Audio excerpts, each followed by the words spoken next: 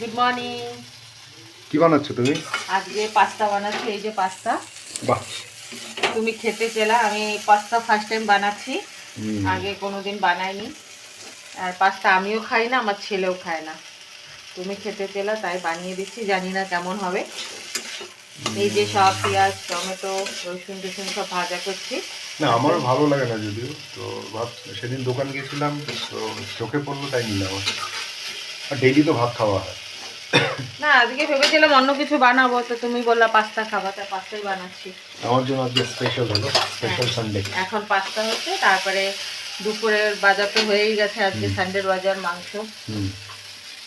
মাংস হয়ে গেছে, হ্যাঁ। এরপরে মাংস রান্না করব ওকে। সানডেতে। এই ঠান্ডা ঠান্ডা ওয়েদারে গরম গরম মাংসের ঝোল, হুম। সেই খাওয়া হবে। ঠিক আছে। হ্যাঁ, টাটা, এখনের জন্য টাটা। ওকে।